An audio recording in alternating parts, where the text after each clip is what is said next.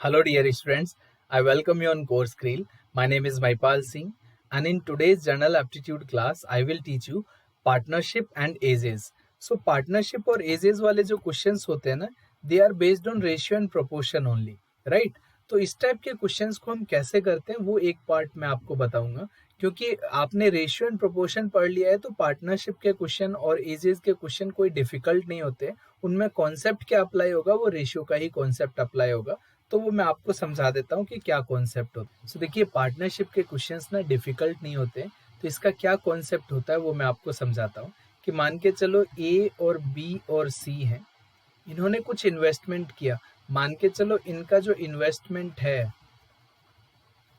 Investment इसने कुछ x rupees का इन्वेस्टमेंट किया, इसने वाई रुपीज का इन्वेस्टमेंट किया, इसने जेड रुपीज का कुछ इन्वेस्टमेंट किया, राइट। और जो टाइम पीरियड है, अगर टाइम पीरियड मान के चलो इसने 1 साल के लिए, इसने 2 साल के लिए, इसने 3 साल के लिए, तो जो प्रॉफिट का जो रेशियो आता है ना, जो प्रॉफिट का रेशियो आता है वो क्या आता है कि investment of A into time period of A is in the ratio of investment of B into time period of B is to investment of C is to into time period of C। तो अगर आप ऐसे देखेंगे तो अगर profit का ratio निकालना है कि प्रॉफिट ऑफ ए और बी और सी का जो रेशियो होगा वो क्या होगा, तो हम कह सकते हैं x into 1 that is x into 2 that is 2y, और हम ये कह सकते हैं कि z इंटू 3 तो 3z। तो इस रेशियो में हमारा प्रॉफिट बटेगा। सो प्रॉफिट ऑफ एबीसी जो आएगा, प्रॉफिट ऑफ एबीसी किस रेशियो में आ जाएगा, इस रेशियो में होता है। तो अगर टाइम पीरियड अलग अलग हो और इन्वेस्टमेंट अलग अलग हो तो दोनों का मल्टीप्लिकेशन ही होता है जो उनके प्रॉफिट का रेशियो होता है। अब मान के चलो कि अगर एबीसी ने कोई इन्वेस्टमेंट किया होता, मान के चलो एबीसी ने इन्वेस्टमेंट किया, इसने ए इन्वेस्टमेंट किया, इसने बी इन्वेस्टमेंट किया, इसने सी इन्वेस्टमेंट किया, right. But time period equal है, टाइम इज इक्वल, सबने, इसने भी 2 साल के लिए, इसने भी 2 साल के लिए, इसने भी 2 साल के लिए। तो यहाँ पर जो प्रॉफिट का जो रेशियो बनता है ना, तो ये 2 तो क्या होगा, दोनों में कैंसिल आउट हो जाएगा, क्योंकि 2 into A is to 2 into B is to 2 into C, तो ये 2 सब में से कैंसिल आउट हो जाता है। तो ये A is to B is to C के रेशियो में ही प्रॉफिट डिवाइड होगा। कहने का मतलब क्या है कि अगर आपका टाइम पीरियड इक्वल है तो प्रॉफिट जो डिवाइड होगा वो इन्वेस्टमेंट के रेशियो में डिवाइड होगा। अगर टाइम पीरियड अलग अलग है तो प्रॉफिट जो डिवाइड होगा वो investment into time, investment into time, investment into time के रेशियो में डिवाइड होता है। तो चलिए एक एक करके क्वेश्चंस को देखना शुरू करते हैं। तो बोल रहा है, 2 partners Minto and Wood came together to start a new business with amount 42,000 and 56,000 respectively. If after 1 year the total profit earned is 84,000, find the first share of find the share of the wood in profit। Okay, तो देखिए अब आपको क्या बोल रहा है, if after 1 year, that means जो आपका जो मिंटो है और जो वुड है, इन्होंने, इनका जो टाइम पीरियड है ना, टाइम पीरियड इक्वल है आफ्टर 1 year। तो इसने भी 1 year के लिए इन्वेस्टमेंट किया है, इसने भी 1 year के लिए इन्वेस्टमेंट किया है। तो टाइम पीरियड को नेग्लेक्ट कर सकते हैं अगर टाइम पीरियड दोनों का बराबर होता है, तो टाइम पीरियड का फिर कोई मतलब नहीं रह जाता। तो अब इनके इन्वेस्टमेंट का रेशियो क्या होगा, इनका इन्वेस्टमेंट है, एक का 42,000 है, एक का 56,000 है। तो देखो, अगर आप प्रॉफिट का रेशियो निकालना चाहते हैं तो जो प्रॉफिट का जो रेशियो आएगा ना वो क्या आएगा, इनके इन्वेस्टमेंट के रेशियो के बराबर आएगा। तो इन्वेस्टमेंट का रेशियो तो बड़े आराम से निकल जाएगा, 3 0 से 3 0 कैंसिल आउट हो गई, ये 3 टाइम्स कट हुआ 14 से, ये 14 से 4 टाइम्स। तो जो प्रॉफिट का रेशियो आ रहा है, प्रॉफिट का रेशियो आ गया 3:4।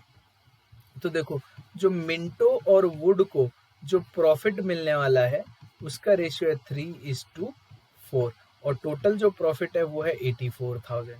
तो आप ये कह सकते हैं ना, 3 यूनिट और 4 unit that is equal to what, ये किसके बराबर है, ये है आपके 7 यूनिट के बराबर। तो 1 यूनिट का वैल्यू कितना हो गया, 1 यूनिट का वैल्यू आ जाएगा 12,000। तो अब आपको वुड का निकालना है, तो ये 4 यूनिट है तो ये 48,000 हो जाएगा। तो आंसर हो जाएगा आपका 48,000, दैट इज सी ऑप्शन। तो समझ में आ गया, क्योंकि टाइम पीरियड बराबर था इसलिए जो इन्वेस्टमेंट का रेशियो है वही इनके प्रॉफिट का भी रेशियो होगा। अब देखो, यहाँ पर भी आपके पास 3 नेम है, BG Tilak, MG Ranade, Vipin Chandrapal, together invested 37,500 in a business. If at the end of the year, अगर बोल रहा है if at the end of the year, that means time period is equal. तो क्या है, time period is equal.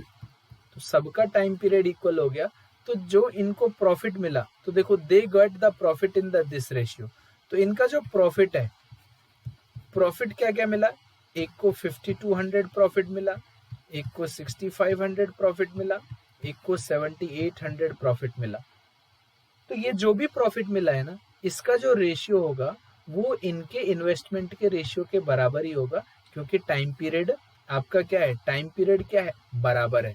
तो हम profit of A is to profit of B is to profit of C is equal to investment of A is to investment of B is to investment of C. ये बराबर होता है when time period is equal, right. तो अब आप देखो 0 से 0 आपने कैंसिल आउट कर दिया, 0 से 0 कैंसिल आउट. 13 से अगर आप कट कर रहे हैं तो 4:5:6 बन रहा है.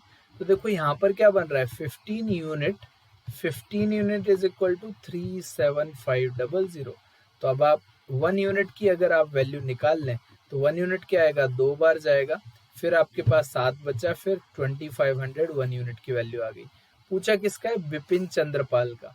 तो अगर आप विपिन चंद्रपाल के बारे में बात करें तो विपिन चंद्रपाल क्या थे, लास्ट वाला पार्ट है ना. तो लास्ट में किसने 7800, तो 6 यूनिट है. तो 1 यूनिट की वैल्यू 2500, तो 6 यूनिट की वैल्यू आपकी कितनी हो जाएगी, 15,000. तो आंसर हो जाएगा 15,000. तो इस तरीके से आसान क्वेश्चन आते हैं, ज़्यादा दिमाग नहीं लगाना होता आपने. Yogesh started a business investing ₹45,000. After 3 months Pranav joined him with a capital of 60,000.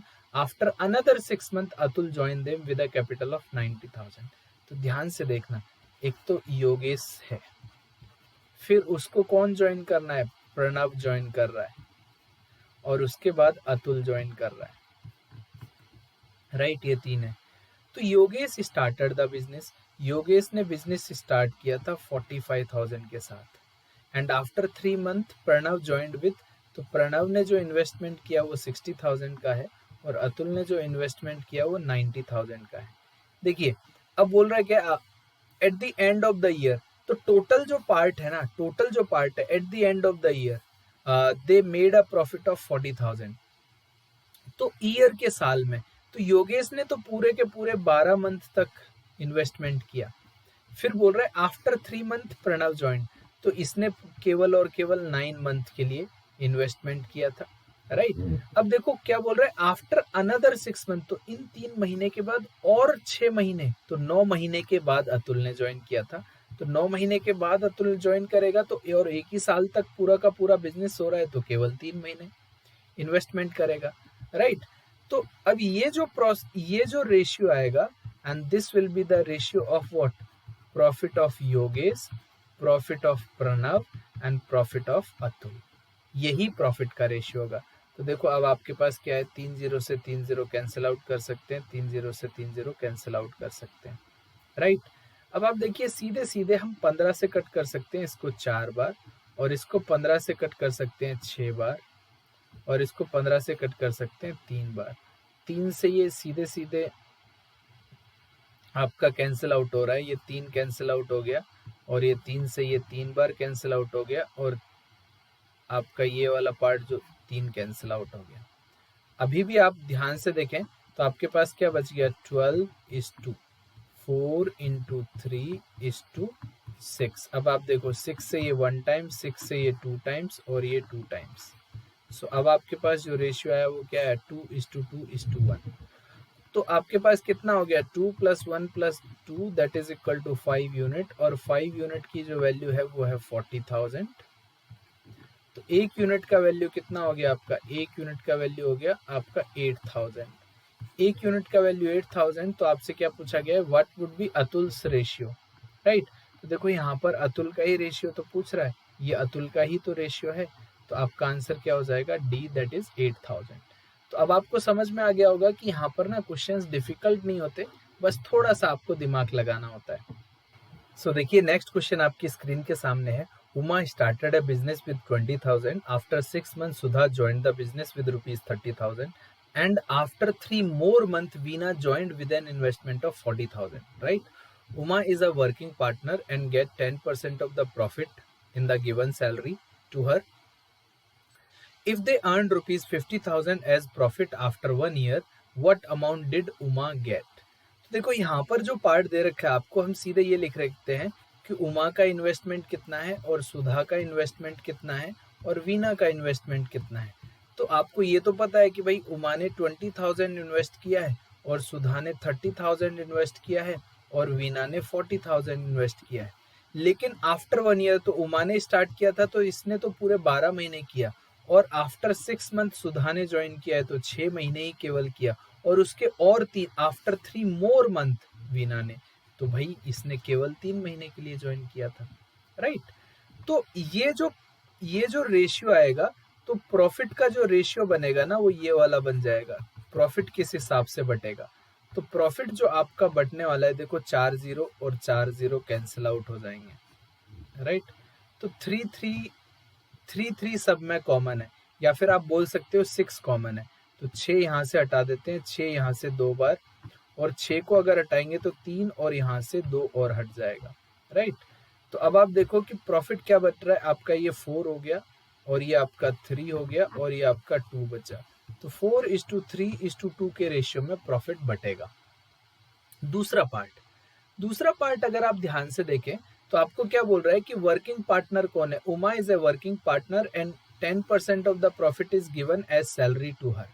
तो प्रॉफिट जो जितना हुआ है, प्रॉफिट हमारा 50,000 हुआ है, इसमें से 10% तो उमा को सीधे सीधे चला जाएगा।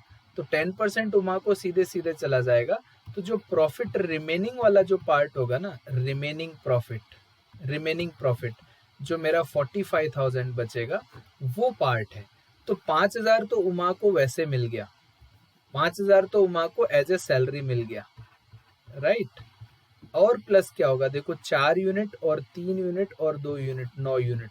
तो ये जो 45,000 है वो 9 यूनिट की वैल्यू है, 9 यूनिट की वैल्यू है। तो 1 यूनिट का मतलब कितना हो जाएगा यहाँ पर?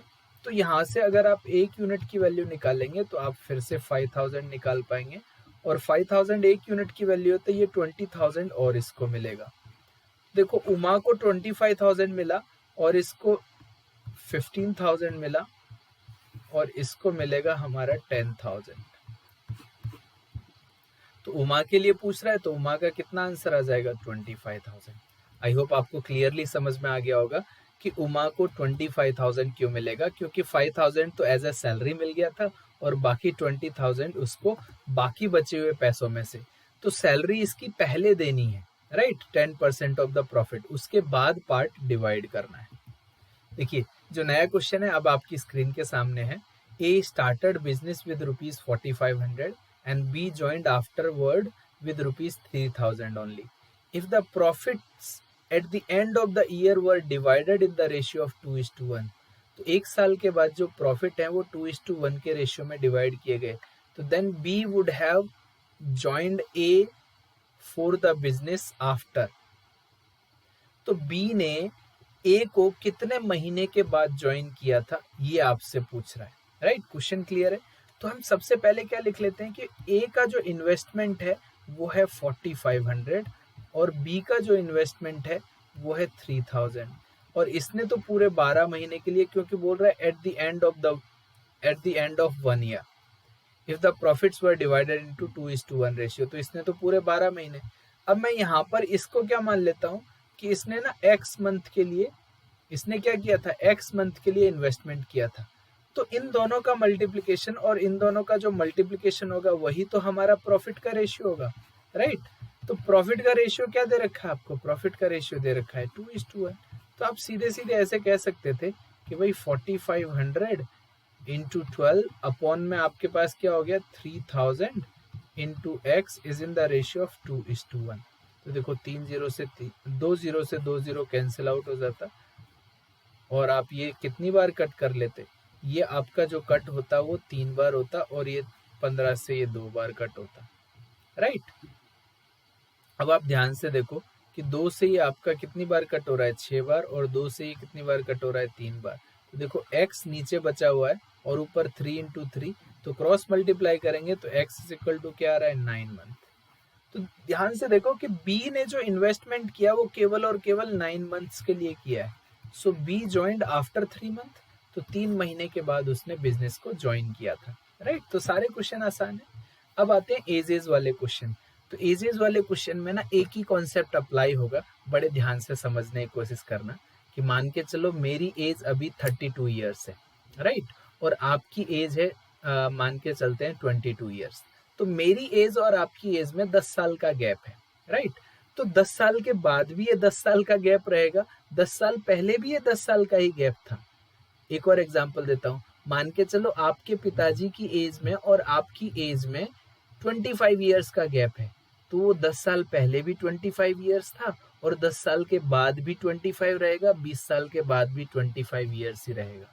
तो दो लोगों के जो गैप होता है, दो लोगों की एज का जो गैप होता है वो हमेशा कांस्टेंट रहता है, राइट। ये कॉन्सेप्ट है। तो कह रहा है 14 years ago A was half of B in age. तो 14 ईयर्स अगो, तो ए इज टू बी का जो रेशियो क्या है, 14 ईयर्स अगो, तो A was half of B in age. तो ए का एज जो है वो बी की एज का हाफ था, तो 1:2 लिख सकते हैं कि ए बी अगर 2 साल का था तो ए क्या है, 1 साल का था। If the ratio of their present age, तो ये 14 ईयर्स अगो का था, तो प्रेजेंट एज का क्या दे रखा है, प्रेजेंट एज की बात करते हैं।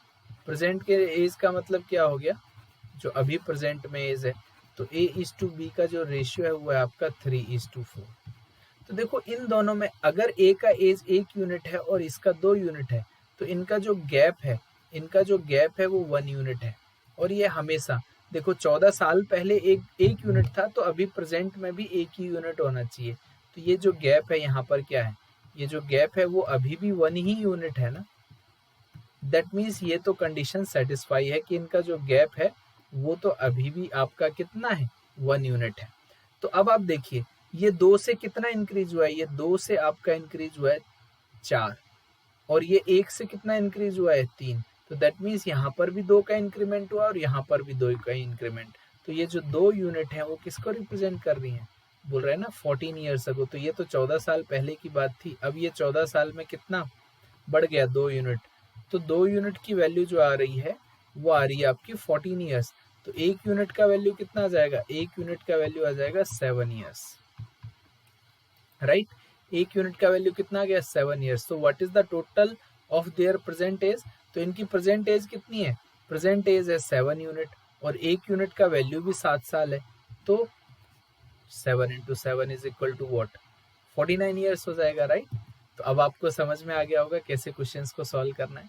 अब देखिए the age of a man is 3 times the sum of the ages of his 2 son. तो मान के चलो इसके 2 सन है एक्स और वाई, उनकी जो एज है वो मैंने ले रखी है मान के चलो ए years, right.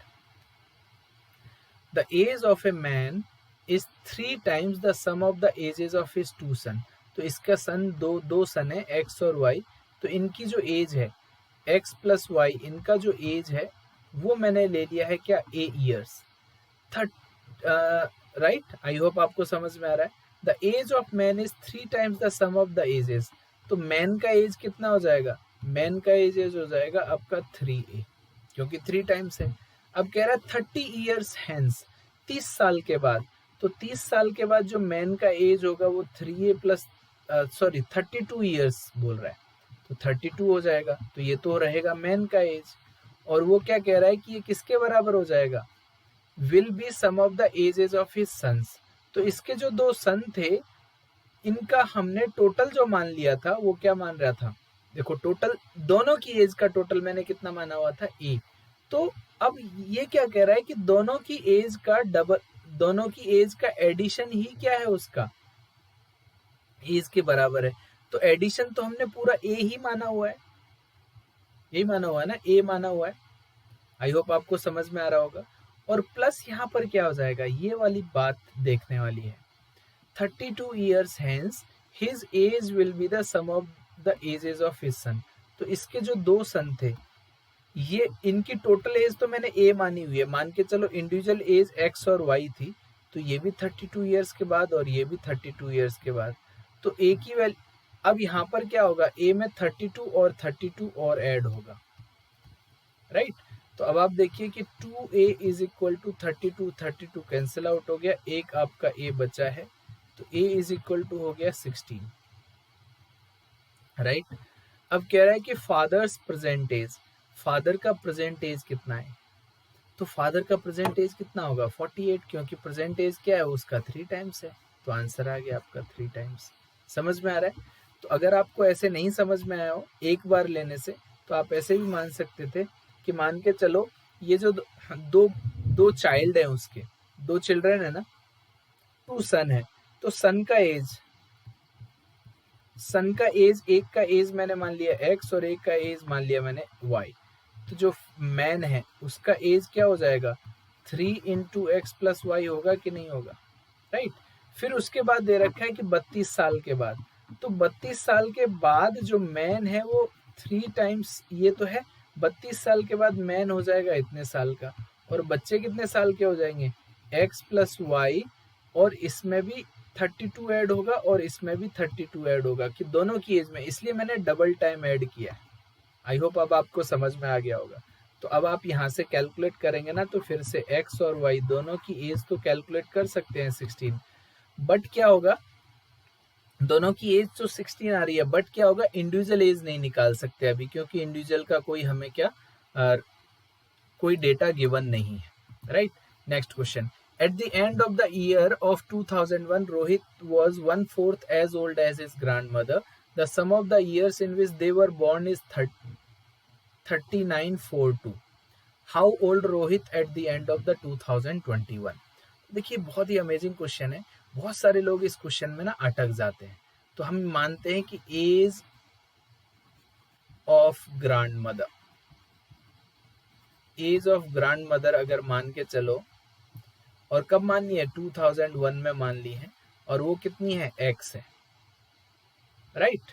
और 4x मान लेते हैं, वो ज्यादा आसान रहेगा, 4x मान लेते हैं, मैं इसको रब कर देता हूं और 4x लिख देता हूं,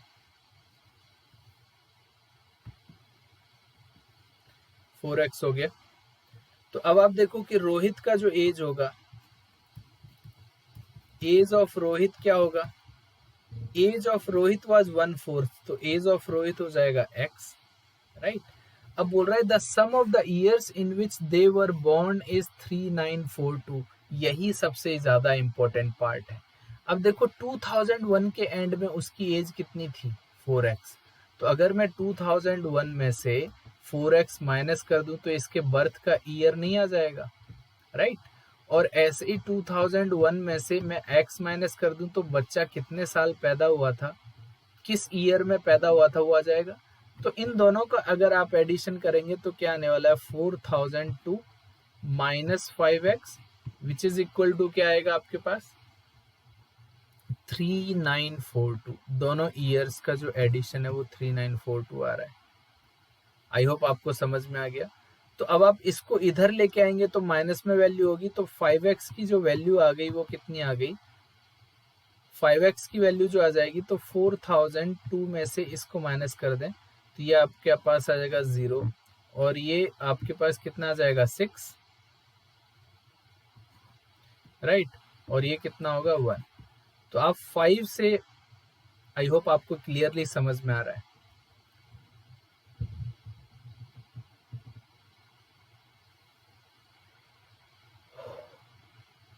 ये 160 नहीं आएगा, 160 नहीं आएगा, ये ध्यान से देखना,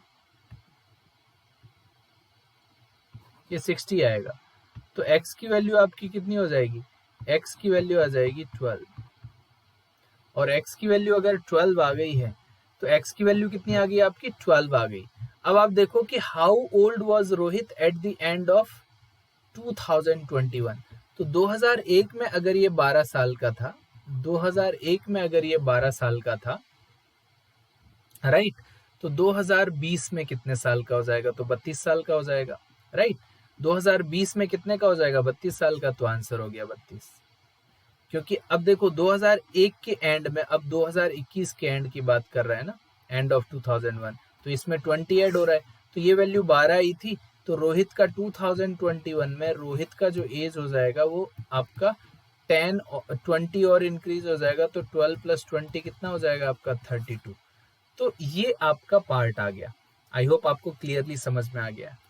नेक्स्ट क्वेश्चन देखते हैं। The ratio of the ages of a man and his wife is 4:3। तो देखो, and after 6 years this ratio will be 9:7. If at the time of the marriage this ratio was 5:3, then how many years ago they were married, or were they married? तो बहुत ही interesting question है। इस type का question कई बार competitive exams में आ चुका है, आपके गेट में भी कई बार बहुत सारे क्वेश्चंस आते हैं 2020 में, 2021 में, 19 में, हर टाइम एक एक दो दो क्वेश्चन आपके एजेस से रिलेटेड आए हैं, राइट। तो देखिए यहाँ पर मैन और वाइफ का जो एज है या रेशियो है वो दे रखा है 4:3, the ratio of the ages of man and his wife. तो ये प्रेजेंट का है। आफ्टर 6 ईयर्स, तो आफ्टर 6 ईयर्स की बात कर रहा है। अब देखो आफ्टर 6 ईयर्स जो मैन और वाइफ है उसका जो एज का रेशियो है वो 9:7 है। तो ध्यान से देखो, मैंने क्या कहा था, इनका जो गैप है वो हमेशा कांस्टेंट रहता है। तो यहाँ पर तो 1 यूनिट का गैप है, यहाँ पर 2 यूनिट का गैप है। तो अगर मैं इसको 2 से मल्टीप्लाई कर दूं तो आपके पास ये 8:6, तो कंडीशन सेटिस्फाई हो जाएगी कि 2 यूनिट का गैप, 2 यूनिट का गैप। तो अब आप देखो ये 6 से 7 इंक्रीज हुआ है, एक बड़ा, और ये भी 8 से 1 इंक्रीज हुआ है। तो ये जो 1 यूनिट का जो इंक्रीमेंट हो रहा है ये आपका 6 ईयर्स के बराबर है। ये कितने के बराबर है? 6 ईयर्स के बराबर है। अब आप देखिए कि अभी उनका एज कितना होगा? 6 ईयर्स के बराबर है, तो 1 यूनिट की वैल्यू 6 के बराबर है, तो इनका जो प्रेजेंट एज रहा होगा वो कितना रहा होगा? 48 और 36 रहा होगा ना, 48 और 36 रहा होगा, क्योंकि 1 यूनिट की वैल्यू 6 साल है। Then how many years ago they were married? तो इनका जो रेशियो है वो 5:3 है। अब देखो, जब ये मैरिड थे, मैरिज हुई थी, उस टाइम इनका रेशियो 5:3 था, राइट। तो अब आप देखिए कि आप ध्यान से देखना, यहाँ पर भी गैप इनका 2 यूनिट का है, तो यहाँ पर भी कंडीशन सेटिस्फाई हो रही है, 2 यूनिट 2 यूनिट 2 यूनिट। तो अब यहाँ पर इसको 6 से मल्टीप्लाई कर दो, इसको 6 से मल्टीप्लाई कर दो, तो ये पता लग जाएगा कि ये दोनों कितने कितने साल के थे at the time of marriage. तो 18 साल की लड़की थी जो कि अब 36 साल की हो गई है, राइट। और 30 साल का लड़का था जो कि अब 48 का हो गया है, राइट। तो इनकी शादी कितने साल पहले हुई थी? 18 साल पहले हुई थी। तो आंसर क्या हो गया? 18 ईयर्स। तो है ना अमेजिंग क्वेश्चन। तो सारे के सारे क्वेश्चन ना बहुत आसान क्वेश्चन होते हैं, डिफिकल्ट नहीं होते, बट आपको लैंग्वेज को समझ के करना होता है। चलिए एक और क्वेश्चन करते हैं। In a family a couple has a son and a daughter, the age of father is 3 times that of his daughter. तो अब आप यहाँ पर बड़े आराम से कर सकते हैं कि अगर डॉटर का एज मैं मानता हूं, डॉटर का एज अगर मैं x मान लेता हूं, तो फादर का एज जो हो जाएगा ना वो हो जाएगा 3x। तो देखिए अब इसका जो ब्रदर है, इसका जो ब्रदर है और इसकी जो मदर है, उनका एज हम डायरेक्टली लिख सकते हैं। कैसे लिख सकते हैं? जो डेटा में हमें दे रखा है ना, वो क्या दे रखा है? The age of father is 3 times, ये तो लिख लिया। Age of mother is double of her son. तो सन का जो भी होगा, मतलब ब्रदर का, इसके ब्रदर का जो भी एज होगा उसका डबल है। The wife is 9 years younger to her husband, okay, and sister is 7 years younger than her brother. तो अपने ब्रदर से वो 7 साल छोटी है, राइट। तो ब्रदर कितने साल का हो जाएगा? 7 years, तो x + 7 आ जाएगा यहाँ पर, right. 7 years younger than her brother, तो ब्रदर x + 7 का है तो ये x years की है, राइट। अब इस वाले पार्ट को अगर हम डबल कर दें, 2x + 14 कर दें, इसको डबल कर दें, राइट, तो ये क्या आ जाएगा? मदर का एज।